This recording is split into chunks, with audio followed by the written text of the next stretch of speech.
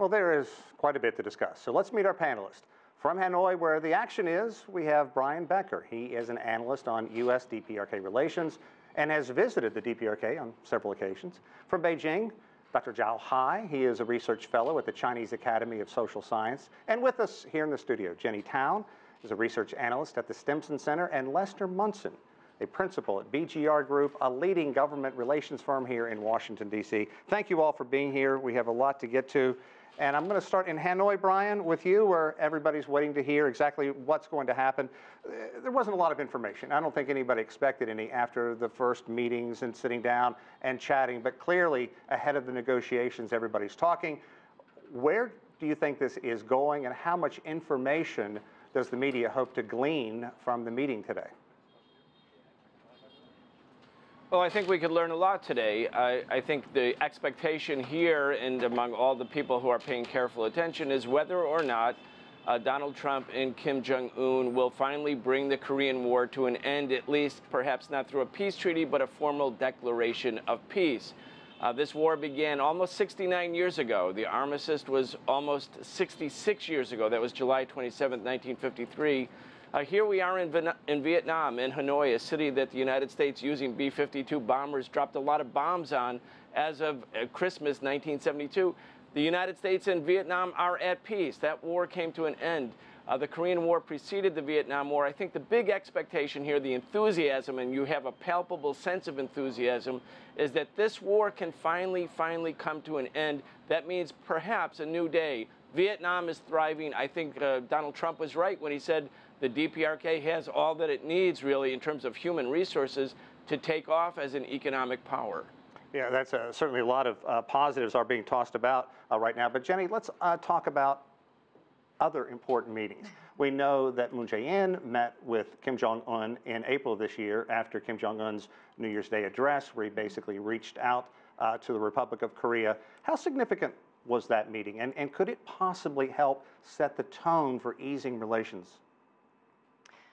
Well, you know, all of these meetings have been important, and having this this leader-driven process and this top-down engagement is really important when you're working with North Korea, because, you know, being able to play into that whole decision-making process, when Kim Jong-un has the ultimate power to sort of direct where they're going to go, you know, the more we can kind of talk about the incentives and provide some positive reinforcements instead of always just negative reinforcements, allows him to also make different choices. And the North Koreans are very, once they've made a decision to do something, they tend to be very decisive and can move very quickly. And so I think, while this is an odd sort of arrangement in the diplomatic circles, and I know it's made the U.S. very uncomfortable, it does have the potential to be quite an effective process if we can just find the right place to start.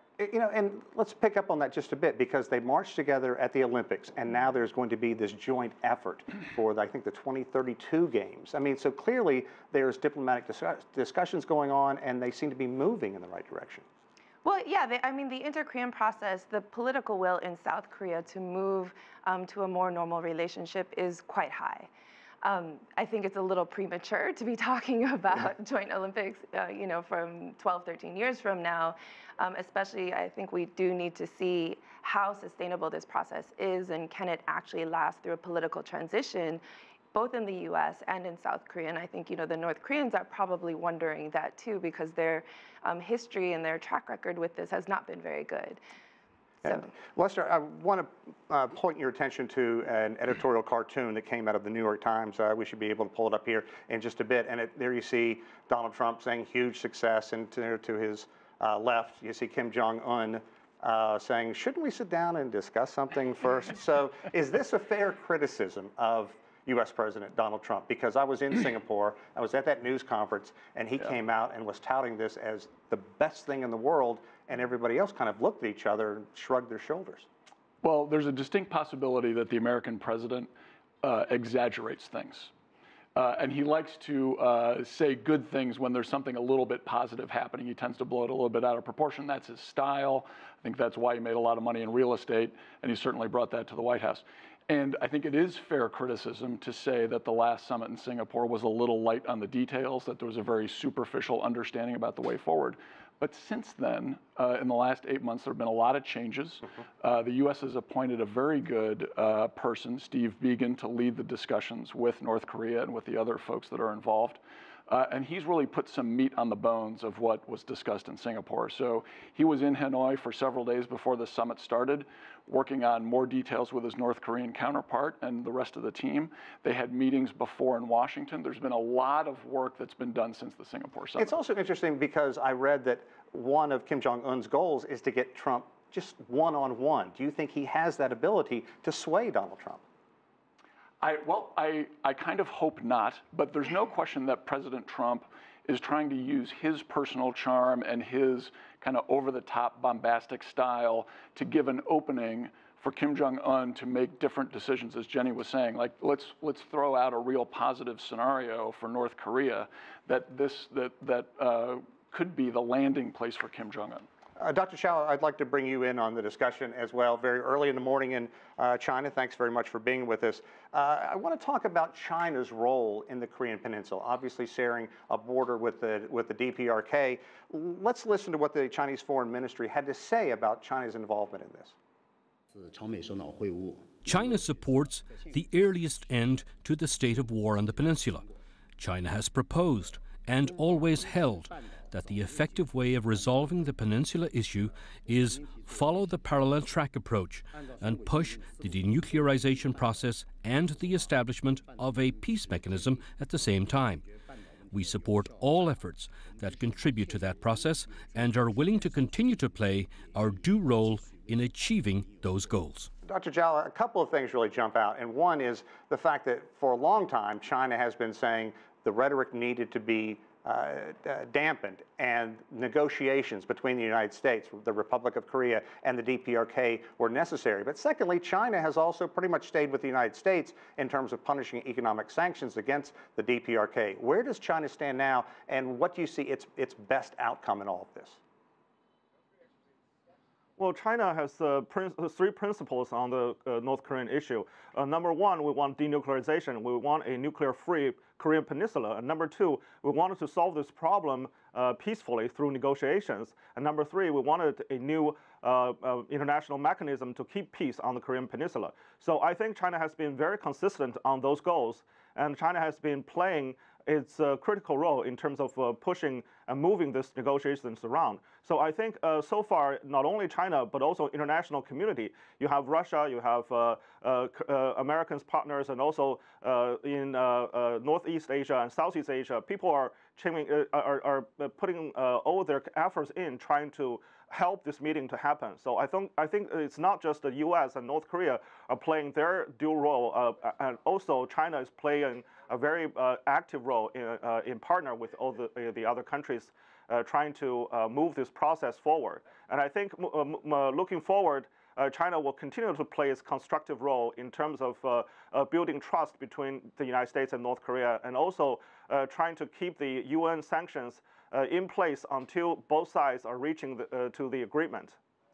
I guess that's a very important part moving forward. And Brian, you talked about it at the top of the show. The DPRK has seen so many other nations in the areas. The Republic of Korea, Malaysia, China really have this economic success. And Donald Trump has been sort of dangling that in front of Kim Jong-un like the carrot and the stick. And here's a recent tweet. We all know that the president likes to tweet out so much information. In it, it says, Vietnam is thriving like few places on earth. North Korea would be the same, and very quickly, if it would denuclearize. The potential is awesome, a great opportunity like almost none other in history. For my friend Kim Jong-un, do you see that as motivation for Kim Jong-un moving forward to accept a deal that involves giving up the nuclear ambitions, no matter how closely it has been to that family's legacy? Well, not knowing exactly what the future holds, but being able to look at some of the trajectories, certainly North Korea or any country that was at war would not begin the process of disarmament. It won't disarm itself in the face of an adversary, one especially that's more powerful and that possesses some of the same weapons. So the precondition, and I think the DPRK has been quite clear about this, and it was point number one in the Singapore summit, which I think the summit agreement in Singapore was significant because it established the framework. Point number one was have an improvement in U.S.-DPRK relations, end the Korean War, establish a mechanism for peace to resolve issues on the Korean Peninsula. And it's only point number three that we get to the issue of denuclearization. So what the DPRK is saying, and I think it's been extremely consistent, as has China, that there needs to be a step-by-step reciprocal approach whereby the DPRK senses, and not just senses, but has a guarantee that the U.S. has turned the page, that it's no longer trying to carry out regime change or overthrow the government or stay in perpetual war. And in exchange, then all issues can be on the table regarding this or that particular weapon. The goal of North Korea with nuclear weapons was never to have a nuclear war with the United States. It was, I believe, to change the relationship of forces such that the DPRK and the U.S. could do just what Donald Trump seems to be promising right now. And Jenny, clearly you have some thoughts on this. Yeah, I mean, I think a lot of people are always asking, is Kim Jong-un, is he really serious? Will he really go down the denuclearization path? And certainly he's not going to do it without changes in the political relationship with the United States. There would be no reason for him to do it. There's no trust. And there has been a history of, hostile relations. And so, he does need more than just words on paper in terms of when he talks about a security guarantee. And that road to denuclearization has always sort of been paved with a fundamentally different political relationship, and one where there is actual trust and cooperation and a history and a track record of trust and cooperation before you can get to the end of the road. The problem is, of course, that the U.S. also needs progress on the technical side on North Korea's denuclearization also in order to justify going down that road. And so, in the past, North Korea's always wanted, all of the relationship stuff first. And then there's denuclearization. The U.S. has always approached it of you have to denuclearize first, and then we can have that relationship. And so now I think at least now what Trump has done with this approach is say, hey, let's start trying to work on both agendas, all three agendas, see if we can try this out. And I think that's one of the reasons also why the definition of denuclearization hasn't necessarily been the same, because it's going to evolve over time the more that trust is built up. But right now, both sides need something concrete to come out of this summit. To follow that up just a bit, though, there's been so much skepticism in moving forward because Kim Jong-un arguably has looked at denuclearization as removing all the weapons from the ROK, not from the DPRK. And then, of course, the site in the rugged Northwest Mountains where they did all the testing was on the verge of collapsing. Kim Jong-un invited in the international media to watch them blow that up, if you will, and say, we are not going to do any more testing. Now, was that just a public relations show, or was there something really there? I mean, there's definitely something there, and these are moves first that the North Koreans have made as unilateral gestures before an agreement was even made, and it is the periphery of the program. The nuclear test site, whether or not the mountain was going to collapse is really an ongoing debate. But there certainly were two other tunnel complexes that were still usable. So if North Korea wanted to continue testing and wanted to continue development of both their nuclear weapons and their missile systems, certainly there was still a lot more to achieve, especially on the missile side of stuff. So offering these moratorium on testing has value. But it's still only a step in the process, and it doesn't affect their current capabilities. And so what we need now is some concrete measure that starts to actually affect the current capabilities. And so if out of this summit we do get some concessions on closing down or especially dismantling the Yongbyon facilities where they do the fissile material production and the majority of the fissile material production, this would be a big step to start the process, to start to build trust, but also to test both sides as to whether or not they can actually implement whatever they put on paper. Dr. Zhao, I want to reach out to you again because an expert on the Korean Peninsula, Victor Cha, was giving his testimony to Congress, and he had a lot to say. Let's just pick up one quick soundbite from him. The key is to get China to continue to enforce sanctions. Without Chinese economic pressure, the North Koreans are not going to be willing to negotiate in earnest. 90% of North Korea's external trade today is with China. So if they don't put pressure on it, it doesn't work. It's difficult with the Chinese because of the trade disputes. Okay, so we know obviously that the trade dispute is going to have a big play in what's going on moving forward. And we talked about the 90% trade that China did have with the DPRK, but that has dropped off almost 60% this year with these economic sanctions. Moving forward, what part do you think that the U.S. economic sanctions and the trade relationship between China and the United States right now, how is that figuring in, if at all, to these discussions? Well, first of all, we've talked about this before. I think my argument is that before U.S. putting on sanctions, actually South Korea's trade with North Korea is actually bigger than China's trade with North Korea. And because of international isolation, North Korea has only one partner to do business with majorly. That is with China. So I think with the UN sanctions in place, you have already said the trade volume dropped dramatically. And I think China will stick to the UN sanctions as long as the sanctions are still in place. However, I think because of the recent progress, it is likely that the U.S., when reach an agreement with North Korea, will drop some of the sanctions, and China will follow the suit. I want to mention this, that is the domestic change, domestic politics change in North Korea.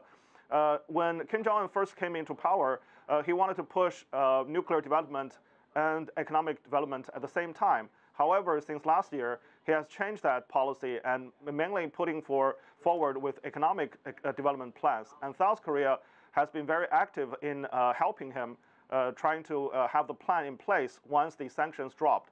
So I think moving forward, if the denuclearization negotiations goes well, both China and South Korea and many other countries will have a much better improved economic relationship with North Korea. And I think we're looking forward to a better economic exchange with North Korea. Okay, Lester, let's talk about what's going on with Donald Trump right now, because he needs a dose of good news. He's right now having the battle about the border with U.S. and Mexico. We know about the testimony of Michael Cohen, his former attorney, today. What is going to qualify as a win for Donald Trump out of this meeting in Vietnam? Well, I think it's already a win for the president, and I'm not saying that as a Trump partisan or anything. If you look at the reaction in the U.S. political system, most of Congress is behind the president on this initiative with North Korea. Even the Democrats are not being very critical of his efforts because they've seen that at least by talking, we've stopped missile tests, we've stopped nuclear explosions from happening. The trend has generally been good. We may not ultimately get to denuclearization of the peninsula, but folks think the current situation is better than what was before. Where the president has a risk, and it's actually from Republicans, is if as this negotiation goes on, and as he's also trying to work out a bigger deal with China on trade and other issues, if it looks like he's going soft on China, he's going to get a lot of flack from his own party. So the risk for the president is actually, I don't think so much with this negotiation with North Korea, it's more with what's going on with Beijing and the Chinese government. Brian, let's also look at the relationship that the U.S. has with other countries and how that relationship is going to play into what's going on with Kim Jong-un right now. The Obama administration was getting closer with Cuba. Donald Trump changed that direction. It also did away with the Iran nuclear deal that the Obama administration had approved. And then you look at the former leaders, Saddam Hussein and Muammar Gaddafi, who did not have nuclear weapons, and there's been a lot of discussion about what happened to them. How does that play into what Kim Jong-un is thinking right now? Well, Kim Jong-un is certainly aware of what happened to Libya, say, or Iraq. Certainly when John Bolton, the national security advisor for Donald Trump, said Libya was the model for the U.S. DPRK denuclearization idea, that brought the talks to a basic standstill, basically postponed them for a while. The DPRK looks at the world situation and says, look, if we're weak, the possibility of being toppled, of being the victim of regime change is real. But I think in the case of the DPRK, the nuclear issue isn't really the fundamental issue. Even minus nuclear weapons, the DPRK's military apparatus is such with conventional weapons that the regime doesn't really feel necessarily on the verge of being overthrown by the U.S. I think really what happened after Bill Clinton looked like he was normalizing relations with the DPRK, dispatched Madeleine Albright to Pyongyang in October 2000, and then had George W. Bush come in and basically torpedo that process. That's when the DPRK left the NPT, started building nuclear weapons, and the relationship froze. And so I think the DPRK now can see that if the U.S. government has any desire for a durable, long-lasting arrangement, they're willing to meet them. There's reciprocation. What they are worried about is, will Donald Trump leave in 2020 and the whole thing gets undone once again? That has to be playing into their own calculations. Well, Jenny, at the last summit, Donald Trump came out and announced that the United States would halt its military exercises. That didn't last throughout the 8 months. That has been reinstated by the U.S. What do you think about how, when these two countries talk, they're concerned about, will you follow through with what you agree? Because the U.S. has long maintained that the DPRK doesn't follow through with promises that it makes, and I'm sure after what happened there, Kim Jong-un could make the same argument. Well, I mean, the North Koreans make the same argument about the United States since the collapse of the agreed framework, to be honest. And there's been several times where there have been agreements in place that have not lasted very long because the implementation simply wasn't there. And, you know, picking up on an earlier point by Lester, you know, I do think there's more skepticism in Congress as to what's going on and is this really substantive? Well, I think there's a lot of support for diplomacy. A lot of congressional members don't see this as diplomacy. They see this as public relations. And the test is going to be, again, once they start to see actual movements and actual limitations to North Korea's current capabilities and not just on the periphery. The problem is going to be is that if they do get a good deal in What's Hanoi, a good deal, though? So a good deal, like I said, it has to have something actually concrete. So there has to be a concrete measure on the North Korean side that affects their nuclear capabilities. So if they can shut down Yongbyon, if they can do it and agree to the dismantlement as well to make it permanent, that would be a good deal on the North Korean side in exchange for measures on the U.S. side, which have been talked about, an end of war declaration, liaison offices, and potentially some easing of restrictions for inter-Korean economic cooperation to start. But again, that's still a piece of paper, and if Congress isn't on board, implementation is going to be very difficult as well. And so I think we still need to see how this all plays out. Lester, earlier you said that Donald Trump was already the winner. Well, Nicholas Eberstadt, and a specialist with North Korea, wrote in the New York Times that Kim Jong-un bested him in the first summit, and he's poised to do that again. Yeah, I think that's a bit of an outlier of analysis. I think, and I take Jenny's point, that Democrats are critical of President Trump. They're critical of him on everything. I actually think their criticism on this is relatively muted. And the president has made this a high priority item. He's put real resources behind his initiative. He has a coherent, sensible approach. That's not always true of his initiatives. This one makes sense. There are good people working on it. And they've had a little bit of success so far. And things are certainly moving in the right direction. Recall that President Obama, when he transferred power, or transferred the office to President Trump, said, your biggest challenge is going to be North Korea. There is a real bipartisan, serious support for the president. While there may be some criticism, there's support for this initiative. Dr. Zhao, we have about 1 minute left, and really one thing everybody's talked about is one of the possible outcomes of this summit is an official declaration of the end of the Korean War. What do you think is going to play out in this, and how significant could that be? Well, that will be very, very significant, not only for the United States and North Korea, but also for China. Remember, 60 years ago, China's also one party of that long war. So I think to end that war, that will be a very good sign for the future of Northeast Asia's peace. And also China wanted to have peace and stability in the region and wanted to have a better economic relationship among the regional partners and players, including South Korea and Japan. So I think it's very important to have this agreement. And also, it will have a better impact on U.S.-China relations because now we have less and less cooperative areas for both countries. And if that can be achieved, the agreement between U.S. and North Korea, that will be another area for the China-U.S. cooperation in the future. Dr. Zhao, that is a good place to wrap it up. Thank you to all our panel very much. That is it for this edition of The Heat. I'm Sean Calebs in Washington, D.C. Thanks for being with us, everyone.